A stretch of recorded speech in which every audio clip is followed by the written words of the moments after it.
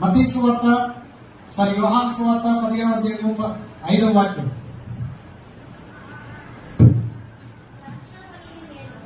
ద్రాక్షవల్లిని నేను, తీగలు మీరు. ఎవడు నా యందు నిలిచి ఉండును, నేను ఎవని యందు నిలిచి ఉండును, వాడు బహుగా ఫలించును. నాకు వేరుగా ఉండి మీరేమీ చేయలేరు. దేవునికి స్తోత్రం. హల్లెలూయా, హల్లెలూయా. ఏమంటున్నారు ప్రభు? ద్రాక్షవల్లిని మీరు, తీగలు. దేవునికి స్తోత్రం. హల్లెలూయా. యోహాను సువార్త 15:5 వాక్యం ఒకసారి మనందరం కలిసి చదువుదాం. అందరూ చదవాలి. చదువుతండి.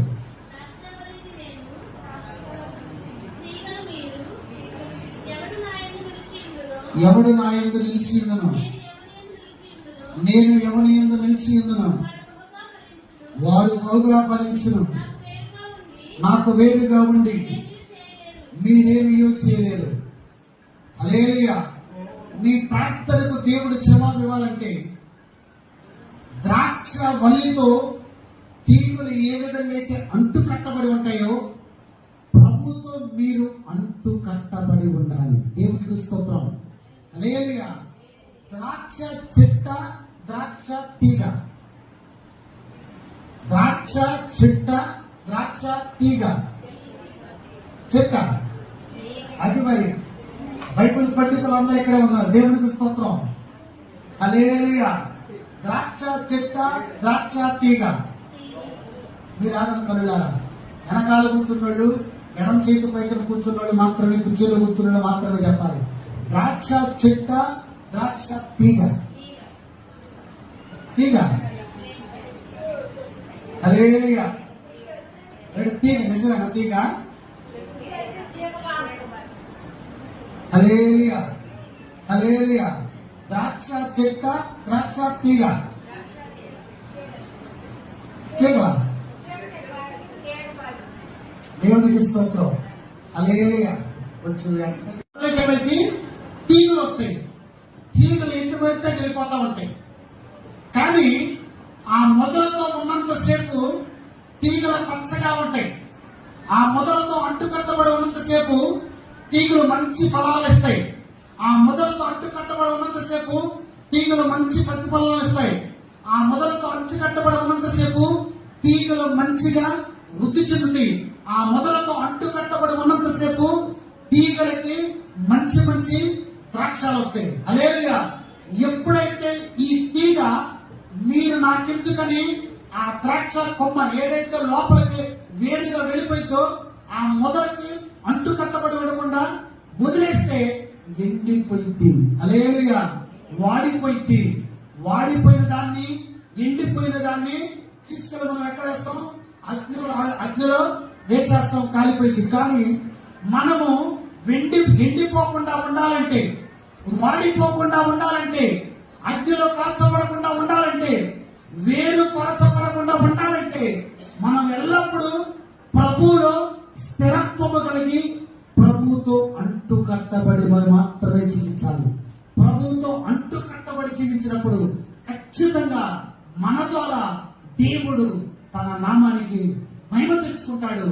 మనం ఎల్లప్పుడూ ప్రార్థన చేసిన ప్రతిసారి మన ప్రార్థన ఆయన ఆలకిస్తాడు. దేవునికి స్తోత్రం. హల్లెలూయా, హల్లెలూయా. యోహాను సువార్త 15:1 వాక్యం. నేను నిజమైన ద్రాక్షవల్లిని, నా తండ్రి వ్యవసాయకుడు. చాలు.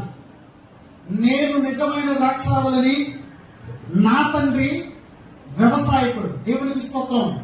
హల్లెలూయా. నిజమైన ద్రాక్షవల్లి ప్రభు, తండ్రి వ్యవసాయకుడు.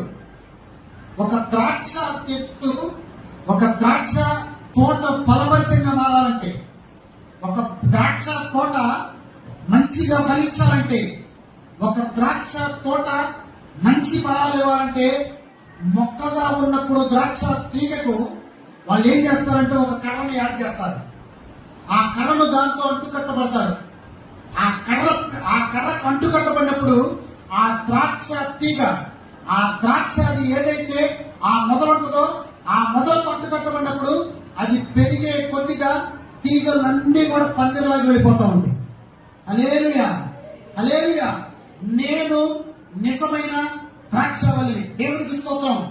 ఈ యేసుక్రీస్తు ప్రభువారు ఆయనకు ఆయనగా నిజమైన ద్రాక్షవల్లితో ఆయన పంచుకుంటున్నాడు. అంటే ద్రాక్ష వల్లితో ఉన్నటువంటి ఏ తీగైనా, ద్రాక్ష వల్లితో ఉన్నటువంటి ఎవరైనా కూడా దేవునితో ఉన్నటువంటి వారు, దేవునిలో ఉన్నటువంటి వారు ఎన్నడూ కూడా సిగ్గుపరచనివాడు.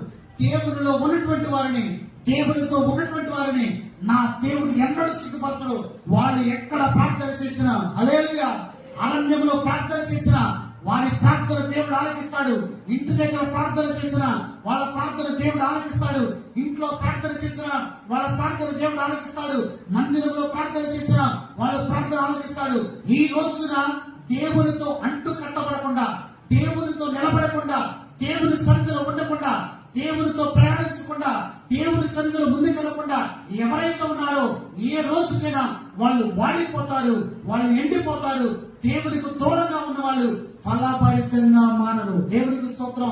వాళ్ళ ప్రార్థన దేవుడు ఆలకించడు. మన జీవితంలో ఈ లోకములో మనం ఉన్నంత కాలము దేవునితో మాత్రమే మన యొక్క జీవితము ఉండాలి. ఎన్ని శ్రమలు వచ్చినా, హల్లెలూయా, ఎన్ని ఇబ్బందులు వచ్చినా, ఎన్ని ఇరుకులు వచ్చినా, ఎన్ని తలంపులు వచ్చినా, ఎన్ని ఏది చేసినా కూడా నువ్వు దేవునిలో, దేవుడు నీతో ఉన్నప్పుడు నీ ప్రార్థనకు దేవుడు వెంటనే జవాబిస్తాడు. ఆయన మాత్రమే నీ స్థితిని మారుస్తాడు.